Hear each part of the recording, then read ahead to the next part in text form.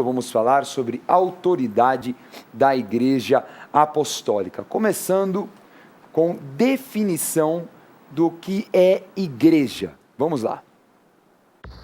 A Igreja de Cristo é o juntamento de pessoas salvas, também chamado de Corpo de Cristo, um organismo espiritual vivo com o propósito de buscar relacionamento com Deus, expansão ilimitada por meio da pregação do Evangelho e guerrear contra entidades demoníacas, dando habilitação aos membros.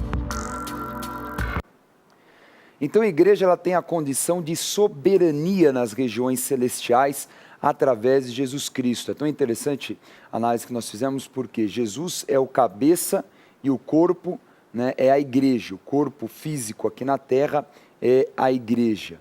Então, da mesma forma que, é claro, ela é um organismo espiritual vivo, mas ela realiza aqui no nosso mundo material todos os atos proféticos necessários e também as batalhas espirituais. Então nós, reunidos no nome de Jesus, sujeitamos todo principado, potestade e dominador das regiões celestiais. Vamos ler o texto para o entendimento dessa autoridade que é conferida de Jesus à igreja. Vamos lá, Mateus 28, versículo 18. Jesus, aproximando-se, falou-lhes, dizendo: Toda a autoridade me foi dada no céu e na terra. E para completar, Efésios 1, versículos 19 a 23. E qual a suprema grandeza do seu poder para com os que cremos, segundo a eficácia da força do seu poder, o qual exerceu ele em Cristo, ressuscitando-o dentre os mortos e fazendo-o sentar à sua direita nos lugares celestiais, acima de todo principado e potestade, e poder, e domínio, e de todo nome que se possa referir, não só no presente século, mas também no vindouro. E pôs todas as coisas debaixo dos pés, e para ser o cabeça sobre todas as coisas, o deu à igreja, a qual é o seu corpo, a plenitude daquele que a tudo enche em todas as coisas. Então nós temos duas passagens. Primeira passagem é Jesus Cristo declarando que ele recebeu autoridade sobre todo o mundo espiritual. E depois ele confere essa autoridade à igreja. Então o que o apóstolo Paulo ministra aos Efésios é isso. A autoridade que eles têm contra principados, potestades e dominadores. Como já estudamos, a hierarquia dos demônios. Agora o que é importante é entender esse contexto de Paulo, porque a igreja em Éfeso, né, a igreja que estava em Éfeso, estava numa profunda guerra espiritual, porque Éfeso era a cidade mais idólatra da Ásia Menor, local onde hoje é a atual Turquia. Então, é muito interessante essa análise, porque havia uma adoração muito forte a uma deusa chamada Diana, né, a famosa Diana dos Efésios. Tanto é que o templo dela era uma das 7 maravilhas do mundo antigo, e vinham pessoas da Ásia, da Europa, de todo o mundo conhecido na época, para prestar culto a essa deusa. Ou seja, a igreja de Éfeso, que era a maior igreja da Ásia Menor, na verdade ela estava no ninho da serpente. E Paulo ensina nessa carta, Bispo G, sobre segredos de guerra espiritual. A carta aos Efésios é a carta assim, mais completa em relação à guerra espiritual. Mostra a autoridade da igreja, mostra também a proteção, a armadura espiritual, quer dizer, mostra a dimensão do mundo espiritual, a esfera da guerra. Então é um livro que, se você tiver toda a noção desse livro, você é uma pessoa que está habilitada para guerrear espiritualmente, né? Então, como você colocou, né, Diana dos Efésios, um local comprometidíssimo, e no final caiu por terra o templo de Diana dos Efésios. No 2º século ele foi destruído. Então vejam que a vitória ela alcançou, né? Quer dizer, o apóstolo Paulo e a igreja alcançaram essa vitória. Sendo assim, vamos concluir com a definição de autoridade da igreja. O propósito de Deus é manifestar sua autoridade ao mundo através da igreja, sendo Jesus o cabeça e a igreja seu corpo aqui na terra. Então, como nós vimos aí essa análise, é só nós lembrarmos que a igreja tem autoridade mediante o nome de Jesus. Jesus delegou essa autoridade. Vamos falar sobre 7 autoridades que a igreja tem. Em nome de Cristo, nós temos, primeiro, autoridade sobre a natureza. Nós vemos momentos tão interessantes por exemplo, Jesus, quando ele repreende o vento e o mar, no momento de grande tempestade com seus discípulos, ali no barco, no mar da Galileia, depois também que é algo assim até assustador, os discípulos ficam admirados, quando ele repreende uma figueira e a figueira no dia seguinte ela fica completamente seca. Então, Deus confere, através de Jesus, a autoridade sobre o tempo, sobre a natureza. Então isso é muito importante, e sim, em nome de Cristo nós temos o poder de realizar sinais, e nós vemos que muitos apóstolos enfrentaram até problemas com a natureza, mas saíram completamente ilesos. Podemos falar, por exemplo, em Atos 27, o apóstolo Paulo, que ainda que sofreu um naufrágio, Deus não permitiu que nenhum homem daquele barco fosse morto. A segunda autoridade é a autoridade sobre enfermidades. Então vamos ler em Atos 5 a manifestação dessa autoridade logo no começo da Igreja Apostólica. Vamos lá, Atos dos Apóstolos 5, versículos 15 e 16. A ponto de levarem os enfermos até pelas ruas e os colocarem sobre leitos e macas, para que ao passar Pedro, ao menos a sua sombra se projetasse em alguns deles. Afluía também muita gente das cidades vizinhas a Jerusalém, levando doentes e atormentados de espíritos imundos, e todos eram curados. Então a igreja tem autoridade para repreender enfermidades. Muito interessante que o apóstolo Paulo ensina isso a Timóteo. Fala, Timóteo, quando alguém estiver enfermo, peça aos presbíteros para impor as mãos sobre eles e clamar, não é? Porque eles serão curados em nome de Jesus. Por isso que toda quarta-feira, por exemplo, na Igreja Renascer, nós temos as noites de poder. É um culto muito específico de clamor por curas e milagres. Mas também qualquer dia que você for à igreja, se você tiver alguma enfermidade, você peça ao pastor, ao presbítero para orar por você e você vai ter uma experiência de cura milagrosa em nome de Jesus. Outra autoridade que a igreja tem, em terceiro lugar, é a autoridade nas finanças, sobre o poder financeiro. Primeiro podemos dar o exemplo de Jesus, né? Jesus, ele trouxe uma maravilhosa multiplicação dos pães e dos peixes. Então, no momento ali de dificuldade, em que mais de 5.000 homens estavam reunidos, fora mulheres e crianças, para ouvir a Jesus, os discípulos perguntaram a Jesus, como é que nós vamos alimentar todo esse povo? Não dá tempo deles chegarem em casa, muitos vão até padecer no caminho. Mas Jesus tinha autoridade para gerar prosperidade e abundância, e todos foram alimentados com a multiplicação de 5 pães e 2 peixinhos, está lá em João 6. Essa mesma autoridade está sobre a igreja. Tudo aquilo que Jesus manifestou de autoridade, a igreja também tem essa autoridade em nome dele, como já ensinamos.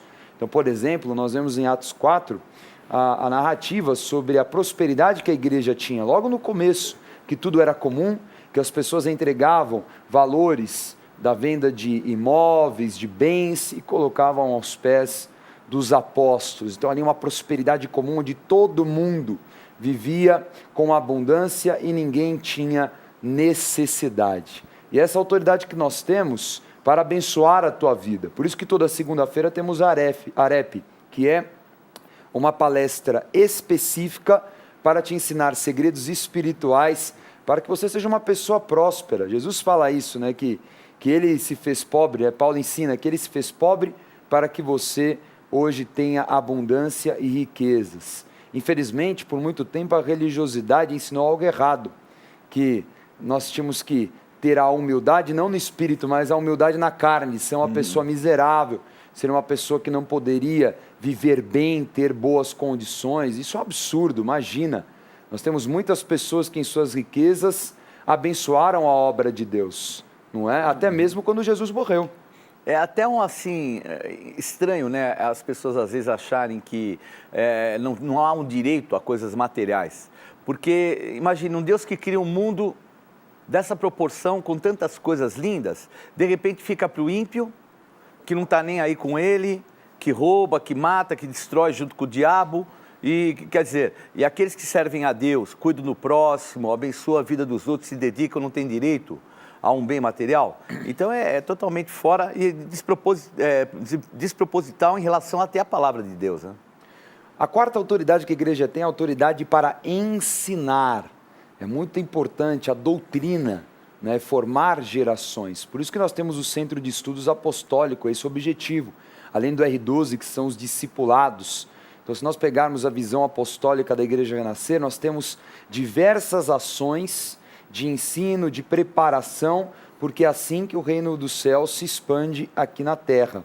E a palavra doutrina, Bispo G, é uma palavra muito importante, muito usada pelos apóstolos, porque as pessoas elas cresciam, né, a igreja se fortalecia através da doutrina apostólica.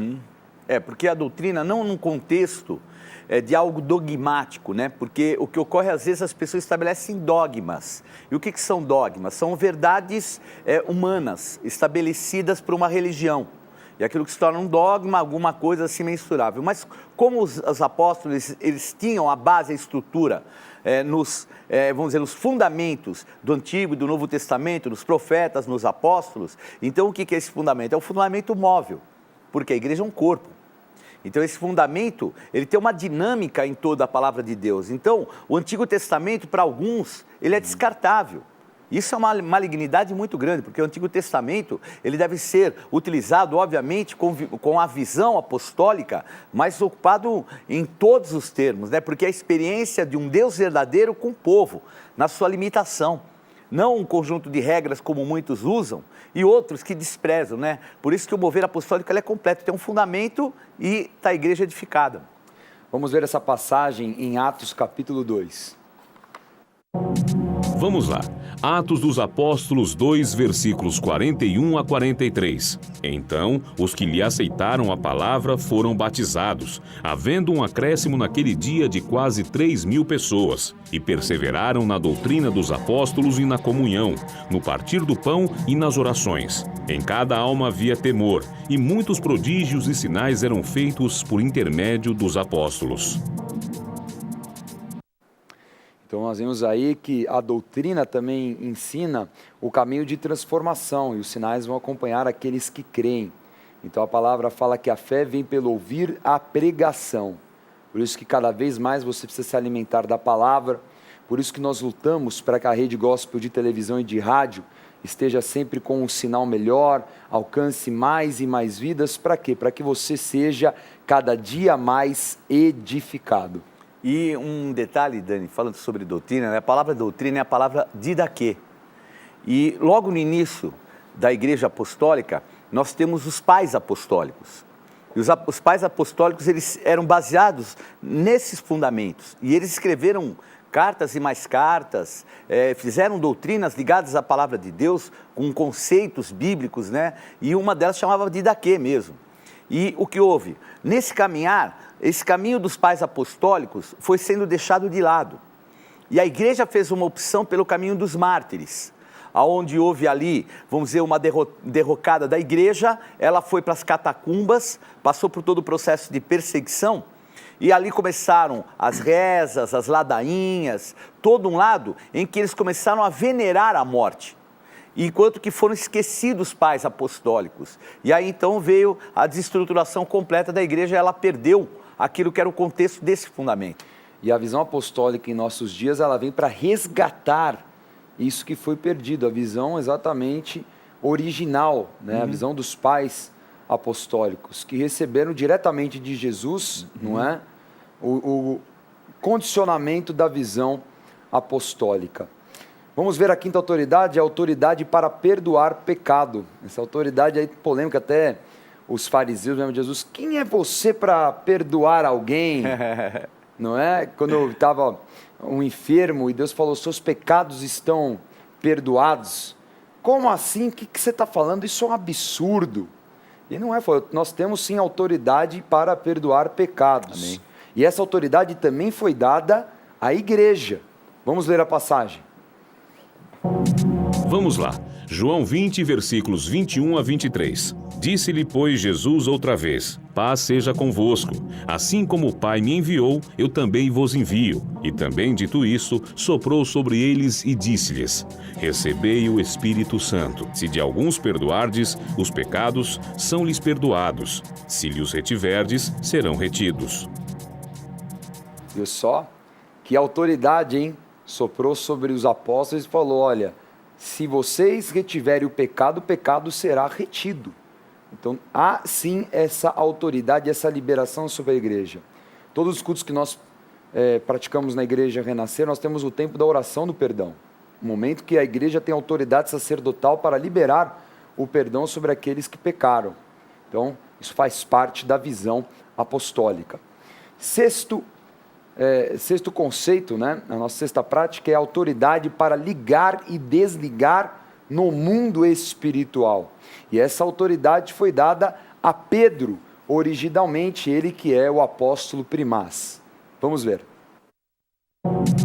Vamos lá, Mateus 16, versículos 18 e 19. Também eu te digo que tu és Pedro, e sobre esta pedra edificarei a minha igreja, e as portas do inferno não prevalecerão contra ela. Dar-te-ei as chaves do reino dos céus. O que ligares na terra terá sido ligado nos céus, e o que desligares na terra terá sido desligado nos céus. Então, após uma poderosa revelação de Pedro, falando, né, tu és o Senhor, reconhecendo Jesus como o Senhor, Jesus ali dá autoridade a Pedro. O que vocês ligarem na terra será ligado nos céus. E nós estamos falando de ligar e desligar situações, não só na nossa condição de tempo, mas na eternidade. E essa autoridade está sobre a igreja. Muitas vezes você tem situações, traumas, consagrações demoníacas, maldições, palavras de autoridade que estão ligadas perpetuamente. A igreja tem, através da cura interior, da libertação, da palavra apostólica, para liberar você de qualquer mal e desligar o mal também no mundo espiritual. E ligar bênçãos, não é? Assim, de geração em geração.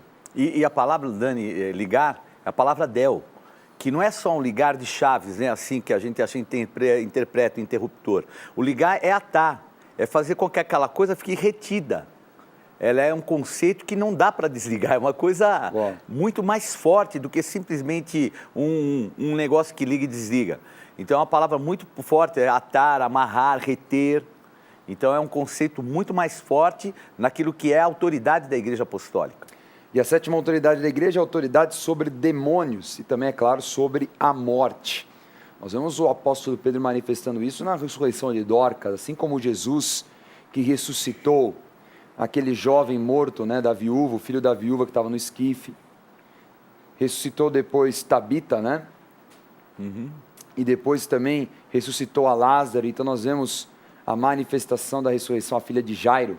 Então nós vemos todas as ressurreições e também isso é dado à igreja. O apóstolo Paulo, né? Eutico também manifestou ressurreição. Então nós vemos aí a autoridade que a igreja tem contra a morte e também a autoridade para repreender demônios. Por muitas e muitas vezes, como já lemos, Jesus repreendeu demônios e os apóstolos também. Nós vemos Paulo repreendendo, Pedro repreendendo, Paulo repreendeu o espírito de adivinhação ali em Éfeso. Né, tantas e tantas situações, porque essa autoridade está sobre a igreja. Não é à toa que em muitos cultos nós vemos pessoas que vêm possessas ou opressas por demônios, e nós ali colocamos as mãos, repreendemos e eles saem definitivamente. E essa autoridade, Daniela, é tão complexa que ela não é algo, vamos dizer assim, que tem que estar a pessoa perto. Porque a ideia que a gente tem muitas vezes é que essa autoridade ela é algo físico, mas ela é uma autoridade no mundo espiritual. Então o apóstolo Paulo orava nas roupas e os demônios que estavam nas pessoas, independente de onde elas estivessem as pessoas, os demônios saíam das pessoas onde elas estivessem.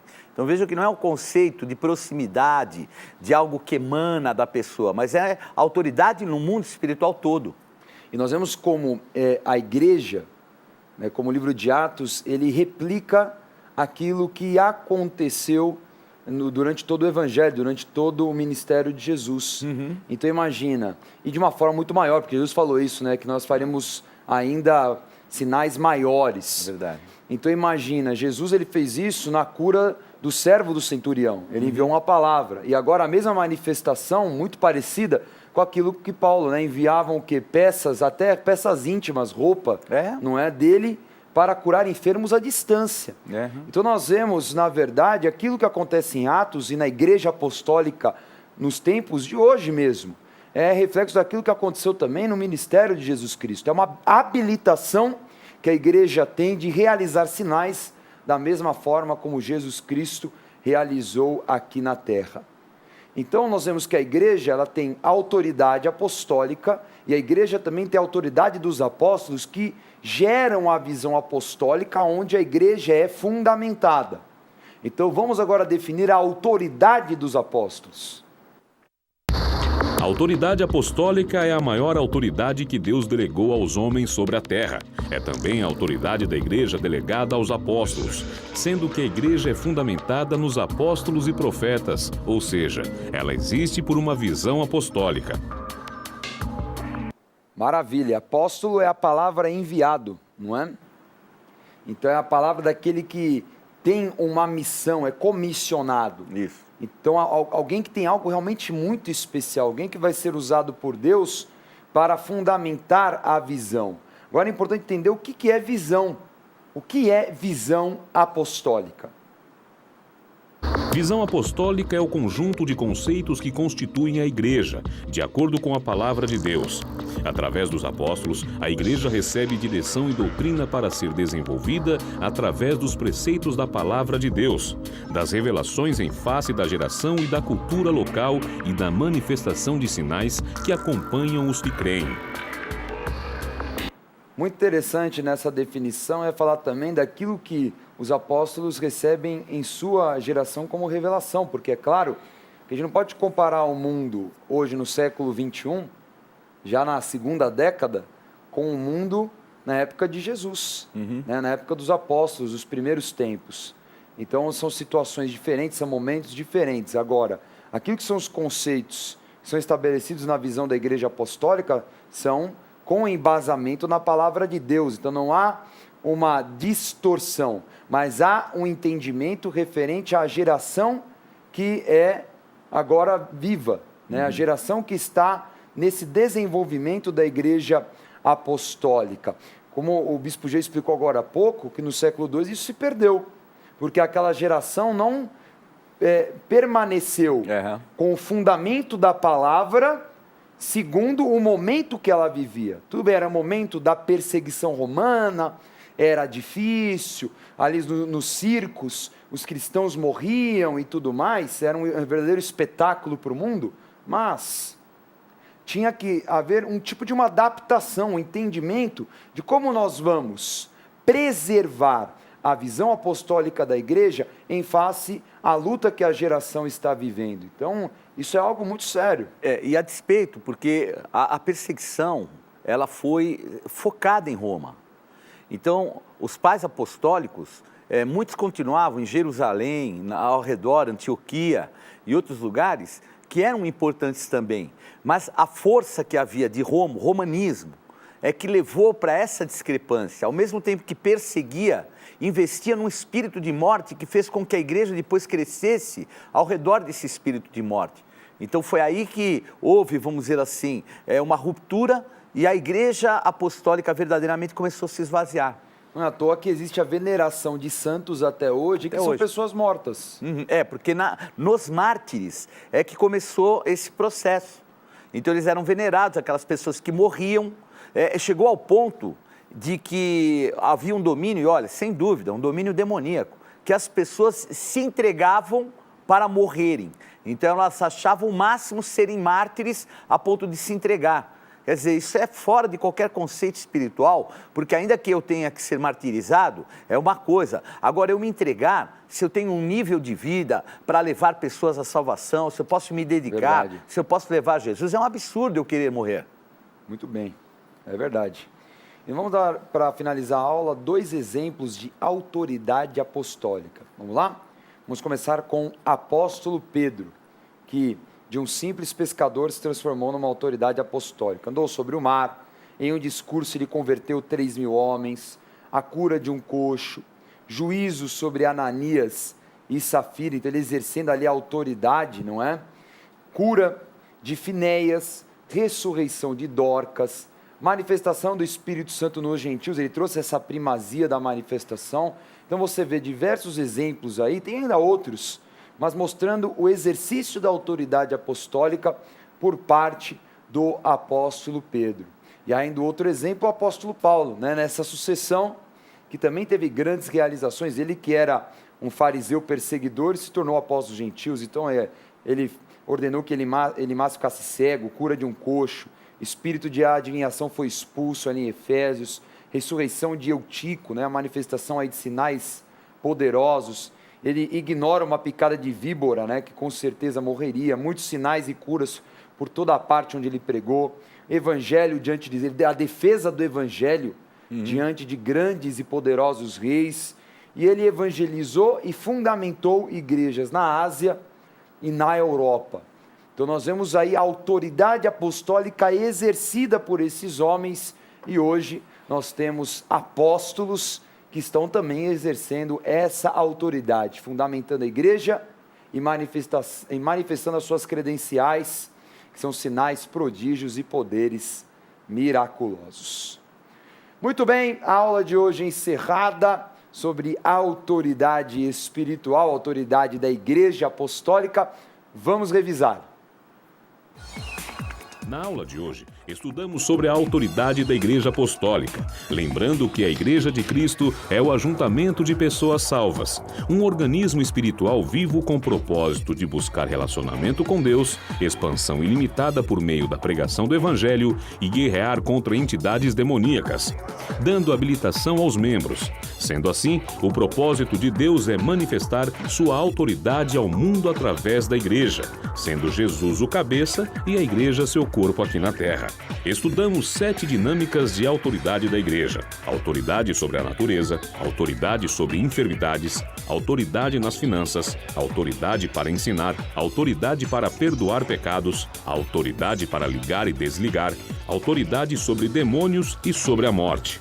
Então, a autoridade apostólica é a maior autoridade que Deus delegou aos homens sobre a terra. É também a autoridade da igreja delegada aos apóstolos, sendo que a igreja é fundamentada nos apóstolos e profetas, ou seja, ela existe por uma visão apostólica. Visão apostólica é o conjunto de conceitos que constituem a igreja, de acordo com a palavra de Deus. Usamos como exemplo de autoridades apostólicas o apóstolo Pedro. De um simples pescador, tornou-se a autoridade apostólica da igreja. Apóstolo Paulo, de um fariseu perseguidor, tornou-se o apóstolo dos gentios.